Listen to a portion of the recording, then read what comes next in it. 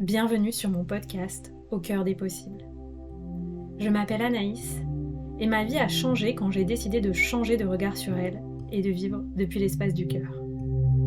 Après des années d'exploration intérieure et de voyage, je suis devenue coach et créatrice d'espaces de métamorphose.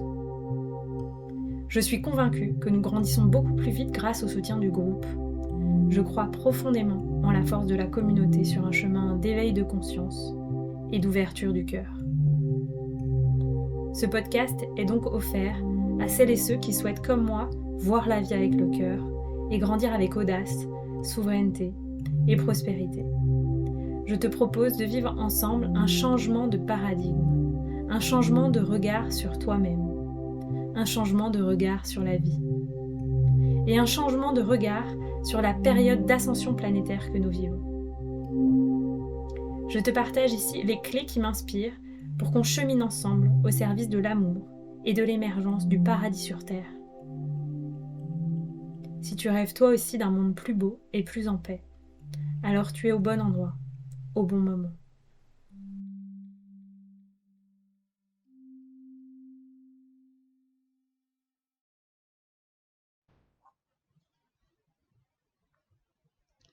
Bienvenue dans ce nouvel épisode de podcast Au cœur des possibles, un épisode en solo où je vais vous parler de comment guérir les traumas d'échec dans votre entreprise, dans votre business, pour continuer d'avancer, parce qu'on sait que l'une des clés d'un entrepreneuriat qui réussit, d'un entrepreneuriat durable, c'est tout simplement un chef d'entreprise qui est persévérant, qui accepte de recevoir le feedback d'un échec et de tirer les leçons de cet échec pour s'améliorer et améliorer la façon dont ton business est designé, construit, modélisé, comme on dit.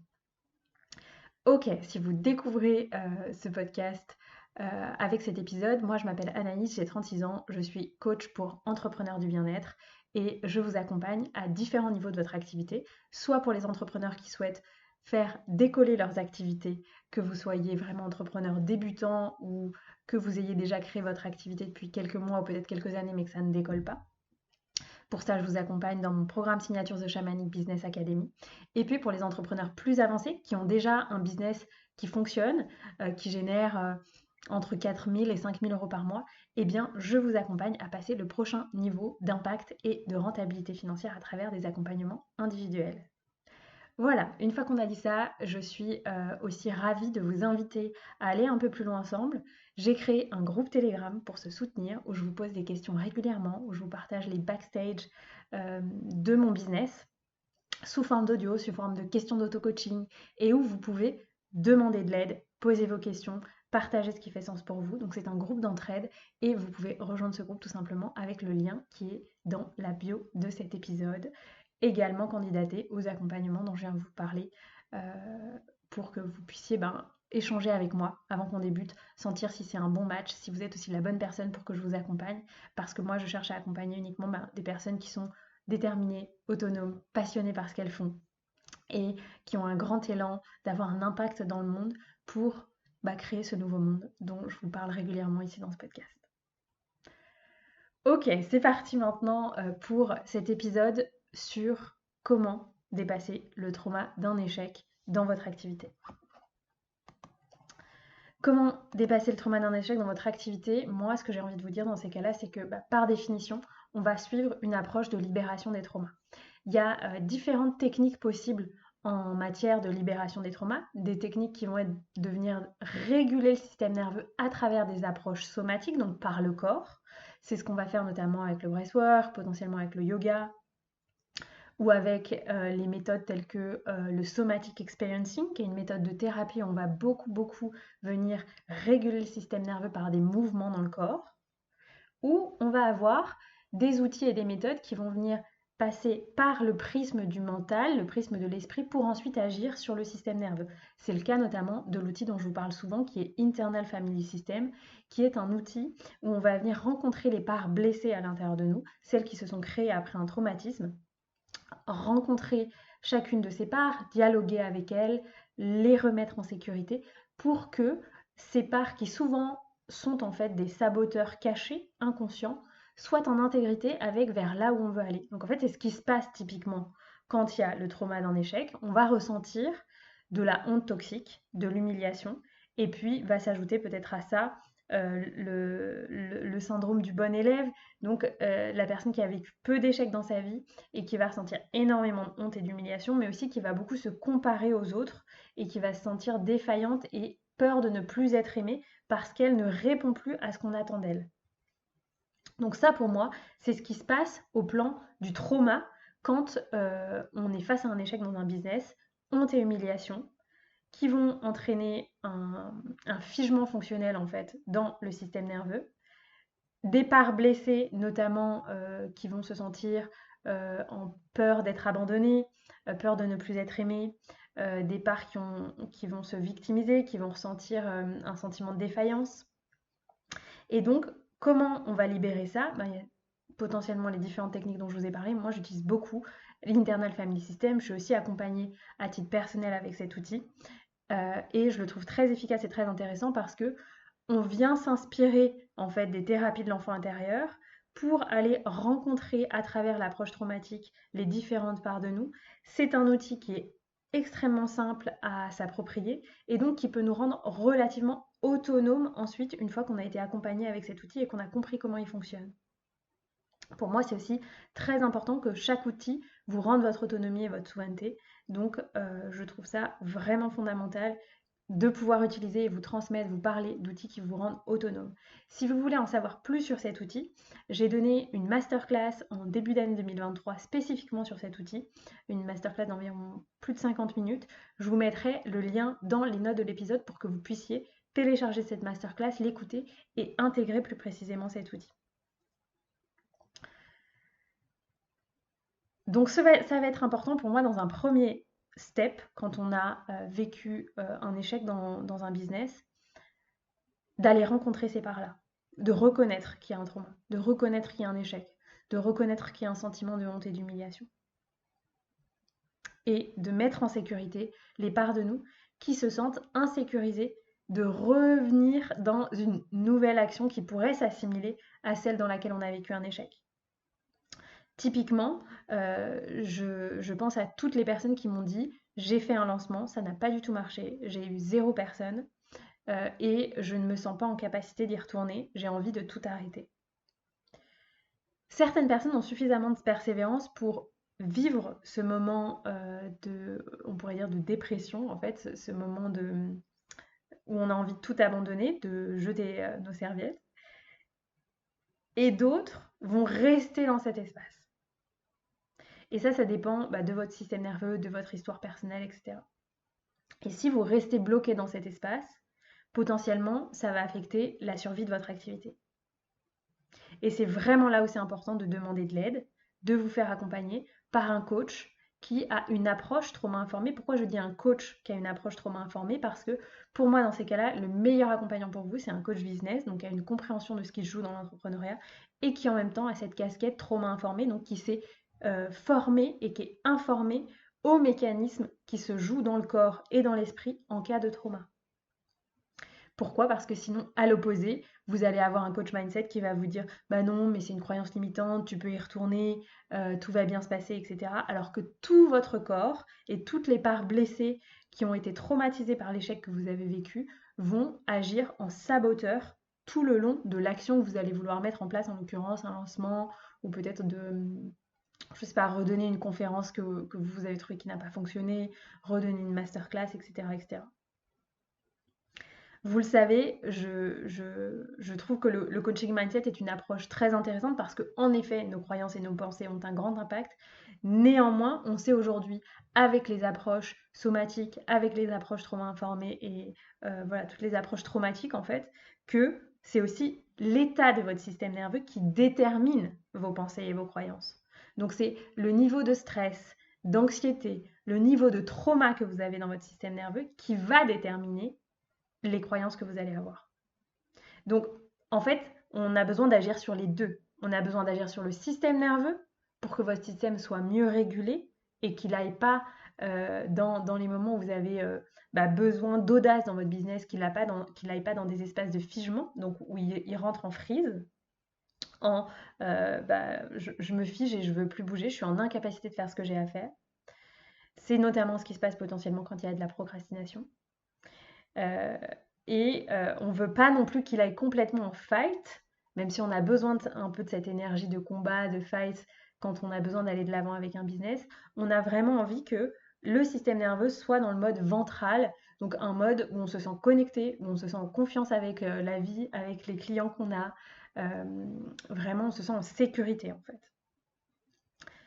Donc tout ça, on va pouvoir agir sur le système nerveux avec des outils somatiques, comme je vous disais, donc des outils par le corps ou des outils de thérapie par l'esprit qui vont agir ensuite sur le corps. C'est le cas de l'IFS. Voilà, ça c'était toute la première partie de cet épisode sur vraiment approche traumatique et système nerveux. Qu'est-ce qu'on fait? Eh bien pour moi, on a besoin de remettre en sécurité les parts de nous qui se sont senties traumatisées dans le cadre d'un échec dans votre business.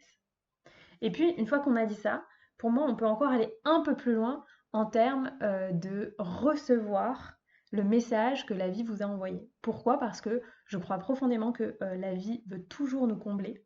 Et donc, si elle vous fait expérimenter un échec, c'est pour que la valeur de la leçon que vous receviez vous permettra d'aller beaucoup plus loin dans un deuxième temps. Donc, recevoir la leçon, voir le bénéfice caché de ce qui s'est passé, c'est quelque chose qui est davantage possible quand on a régulé le système nerveux, quand on est sorti de tout ce qui se passe en fait en cas de trauma, en termes de stress, d'anxiété, en termes de sentiment de honte, d'humiliation, etc., en termes de figement. Et donc, dans ces cas-là, dans cette deuxième partie, on va pouvoir avoir du recul en fait. Et c'est dans ce moment où on va pouvoir avoir du recul sur ce qui s'est passé, où on va pouvoir se sentir détaché des événements, que l'on va pouvoir recevoir la leçon, le cadeau caché de l'échec. Et une fois qu'on a fait ça, on va pouvoir modifier notre business, l'ajuster, peut-être ajuster son offre, ajuster sa méthode de lancement, ajuster son parcours client, ajuster peut-être le prix, ajuster simplement peut-être la stratégie de communication, ajuster la stratégie vraiment de marketing, la façon dont vous allez communiquer avec les gens. Donc si je prends un exemple concret. Moi, il y a plus d'1 an, j'ai fait mon premier lancement. Et à la fois, j'ai adoré ce lancement et il a été beaucoup moins prometteur que ce que j'espérais. Pourquoi? Les leçons que je peux en tirer avec du recul et que très rapidement j'ai essayé de tirer de ce que j'ai considéré un échec pour un premier lancement, mais en réalité c'était super, j'avais un groupe qui était merveilleux, j'ai pu faire mes armes d'une certaine façon avec un plus petit groupe, donc c'était très bien comme ça, avec du recul. Néanmoins, initialement, j'espérais avoir beaucoup plus de gens. Donc comment on fait dans ces cas-là? Moi, ce que je me suis rendu compte, c'est que j'avais prévu un lancement où les gens pouvaient avoir beaucoup d'autonomie sur la façon de me rejoindre. Il n'y avait pas forcément d'appel pour échanger avec moi, pour rejoindre le programme. On pouvait acheter en ligne sans avoir besoin de me parler, tout ça. Ça correspondait à ce que je voulais. Néanmoins, j'ai oublié que la plupart des gens achètent en étant en contact avec vous, donc intimement. Donc peut-être la plupart des gens vont acheter en MP ou en stories en fait. Donc, la leçon peut-être de ce lancement pour moi, ce serait se souvenir que ce qui marche le mieux pour moi, en tout cas aussi en lien avec mon human design, c'est le contact one-one avec les gens, le contact intime et privilégié. Ensuite, pour moi, les autres leçons, c'est que beaucoup de coachs autour de moi m'avaient dit dès qu'on a une idée, il faut la lancer, c'est bien. Donc moi, bien sûr, j'avais quand même pris le temps de préparer mon lancement, de chauffer la salle, comme on dit, donc de aussi prévenir ma communauté que j'allais sortir ce programme, etc. Néanmoins, je pense que j'aurais pu encore mieux le préparer. Beaucoup de coachs aujourd'hui vous donnent le conseil de vous lancer dans une idée dès que vous avez cette idée et de la vendre tout de suite. Je pense que c'était un conseil qui était applicable à l'époque du Far West du business coaching, donc peut-être en 2017. Mais aujourd'hui, je pense que c'est une très mauvaise idée. Pour moi, pour un lancement réussi, on a besoin de bien se préparer, on a besoin de réfléchir à une stratégie, on a besoin de tester et approuver son offre en amont du lancement, on a besoin de vérifier que plusieurs personnes seraient prêtes à nous rejoindre avant de lancer son produit. Donc vraiment vérifier, en fait, faire en sorte que presque vous soyez déjà lancé avant d'être lancé pour éviter justement le risque d'échec d'un lancement. il y a tout à fait des stratégies marketing, des stratégies business pour vous permettre de faire un lancement en pleine sécurité et en pleine confiance. Ok. Pour moi, ce qui a été aussi intéressant, c'est que ce que j'ai retiré comme leçon euh, de mon tout premier lancement, c'est que en fait, j'avais peut-être aussi envie de me nicher davantage que ce que j'étais. À l'époque, je m'adressais potentiellement à différents profils de personnes, donc je pouvais m'adresser aux femmes pour les accompagner sur leurs relations au féminin. Je pouvais accompagner les entrepreneurs et je pouvais aussi accompagner les personnes en reconversion professionnelle. Depuis, j'ai décidé de choisir d'accompagner uniquement les entrepreneurs et de proposer occasionnellement des formats pour toutes les autres personnes de ma communauté, qui est une communauté très fidèle, donc j'ai aussi beaucoup de personnes qui ont envie de me rejoindre dans d'autres espaces, notamment comme par exemple mes retraites en présentiel ou d'autres formats qui vont arriver prochainement. Si vous êtes intéressé par les retraites en présentiel, il reste quelques places pour la retraite Remember Who You Are de Nouvel An 2023, du 30 décembre au 2 janvier dans la Drôme. Je vous mettrai aussi le lien dans cet épisode, ça va être une retraite formidable et le groupe qui se constitue est très très chouette. Donc si vous êtes intéressé et que vous cherchez un espace vraiment cool, convivial et en même temps introspectif pour le Nouvel An, et ben c'est le bon endroit. Donc, néanmoins, comme je vous disais, j'ai appris dans ma communication, dans mes offres, à me nicher. Donc ça c'est aussi une des leçons que j'ai tirées de ce premier lancement. J'ai appris aussi à créer des offres beaucoup plus magnétiques, beaucoup plus puissantes. J'ai aussi appris à avoir de la patience dans mon business et avoir une confiance sur le fait que je construis sur le long terme et que je ne suis pas là pour proposer des offres toutes les semaines qui soient nouvelles. J'ai aussi appris à mieux vendre et à mieux comprendre mes prospects et à me créer une expertise dans le lancement. J'ai aussi appris les bases du copywriting, donc comment écrire pour que les gens aient conscience de la valeur de ce qu'on leur propose. Ça, c'est aussi quelque chose que je transmets dans mon programme de Shamanic Business Academy parce que je trouve que c'est fondamental. J'ai aussi appris à créer davantage de sécurité dans ma vie et de détachement envers ce qui se passe dans mon business, notamment avec cet outil d'Internal Family System. Je vous en parle dans les épisodes notamment. Alors, je me souviens plus du numéro, mais je vous en parle dans des épisodes précédents dans le podcast sur comment, en fait, avec détachement et sérénité, on peut faire un lancement, on peut leader un business et que ça se passe bien. Et pour moi, c'est très très important que, en tant qu'entrepreneur, on ait un minimum de détachement émotionnel envers notre entreprise. Pour ça, il y a différentes techniques, il y a différents outils, mais ça me paraît fondamental de ne pas être tout le temps la tête dans le guidon et de se confondre émotionnellement entre soi et son entreprise. Et puis, j'ai aussi appris que des objectifs trop optimistes n'étaient pas forcément à mon service. Donc, en fait, un objectif moyennement haut, c'est mieux qu'un objectif très très haut. Voilà. Et donc, du coup, j'ai envie de vous dire, vous, si vous faisiez cet exercice, si vous voulez faire pause là dans cet épisode et bosser en fait sur c'est quoi le dernier échec dans votre business et vous posez ces questions. Est-ce que je ressens de la honte et de l'humiliation? Est-ce que je peux aller rencontrer cette part de moi?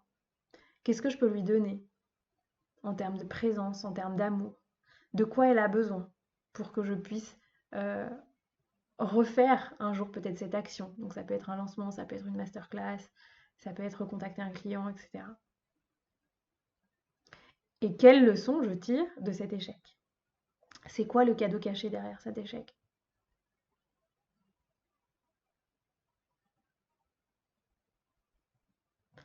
Voilà. Je vous invite à me partager, si vous voulez, les leçons de cet échec pour vous en commentaire de cette vidéo ou en MP sur Instagram et Facebook sur les réseaux sociaux. Je vous mettrai les liens de mes réseaux sociaux aussi dans les notes de l'épisode. Je vous invite vraiment à prendre ce sujet très au sérieux parce que encore trop peu de coachs business abordent l'échec sous une approche traumatique et c'est bien dommage parce que l'impact que ça a sur le niveau d'anxiété des chefs d'entreprise est vraiment catastrophique et que un échec dans un business, ça doit vraiment vraiment être abordé de cette façon pour que vous puissiez vous sentir serein et détaché et que vous n'ayez pas un niveau d'angoisse et d'anxiété trop avancé au moment de refaire l'action que vous avez besoin de refaire. Si vous souhaitez savoir un peu plus comment créer un lancement qui déchire, j'ai été interviewée par Cécilia Germain dans un épisode spécifique sur comment faire un lancement qui déchire que je partagerai aussi sur le podcast. Donc je vous invite à l'écouter. Comment faire un lancement qui déchire avec Cécilia Germain, où je donne toutes les clés et où on vous transmet une sorte de roadmap pour faire un lancement. C'est vraiment un épisode avec une énorme valeur et puis je partage davantage le backstage pour moi entre mon premier lancement et mon troisième lancement, la différence de ce qui s'est passé en intégrant, en dépassant entre guillemets le trauma de l'échec du premier lancement qui n'en était pas vraiment un, mais qui m'a permis aussi d'aller beaucoup plus loin dans ma posture de chef d'entreprise et d'acquérir des outils nouveaux, de me faire accompagner par des nouvelles personnes pour me permettre d'avoir cette juste posture de chef d'entreprise. Voilà, c'est la fin de cet épisode. Je vous invite à vous demander ce que vous retenez de cet épisode, quelles sont les 3 pépites que vous voulez garder avec vous après l'écoute de cet épisode. Je vous invite à le partager autour de vous si ça fait sens, sur vos réseaux sociaux, à des entrepreneurs qui auraient besoin d'entendre cet épisode, des entrepreneurs qui sont figés, qui ne peuvent plus reprendre peut-être une certaine partie de leur activité ou un certain type d'action dans leur business parce qu'ils sont dans ce figement. Et puis, comme vous le savez, comme d'habitude, je vous invite à noter le podcast. Vous êtes de plus en plus à le faire. J'ai de plus en plus de notes sur Spotify, sur Apple Podcast. Donc, merci beaucoup. Ça me permet, moi, d'être de plus en plus visible, d'être classée parmi les classements de podcasts. Et donc, ça permet à ce que notre communauté grandisse, que ce soit en termes d'écoute sur le podcast ou dans les différents groupes que j'anime. Donc, un grand merci de votre présence, un grand merci de votre fidélité à ce podcast. Je vous dis à très bientôt pour un nouvel épisode. Sachez que désormais, les épisodes sont publiés 2 fois par semaine, les lundis et les jeudis. Donc, vous pouvez retrouver tous mes conseils les lundis et les jeudis pour développer votre activité avec sérénité. Puis, il y aura aussi quelques épisodes lifestyle, je pense, sur la fin d'année pour vous partager aussi tout ce qui se joue, tout ce qui se vit et des tips pour vivre une transition sereine d'une année à l'autre. Voilà, je vous dis à très bientôt pour un prochain épisode et je vous souhaite une belle intégration de cet épisode. Un grand merci pour ton écoute de cet épisode. Je t'invite à noter le podcast sur ta plateforme de podcast préférée, laisser un commentaire, mettre un pouce en fonction de là où tu écoutes ce podcast et à le partager autour de toi. Ça me permet de vraiment recevoir l'énergie partagée dans le cadre de ce format qui est offert. Et si tu souhaites aller plus loin, je t'invite à tout simplement t'inscrire à la liste d'attente pour rejoindre The Shamanic Business Academy qui est dans les notes de l'épisode pour être informé de façon privilégiée de l'ouverture des places pour la prochaine cohorte de ce programme pour entrepreneurs déjà lancés ou en lancement qui souhaitent créer des fondations solides pour un business durable, audacieux et prospère. Je vous dis à très bientôt pour un prochain épisode.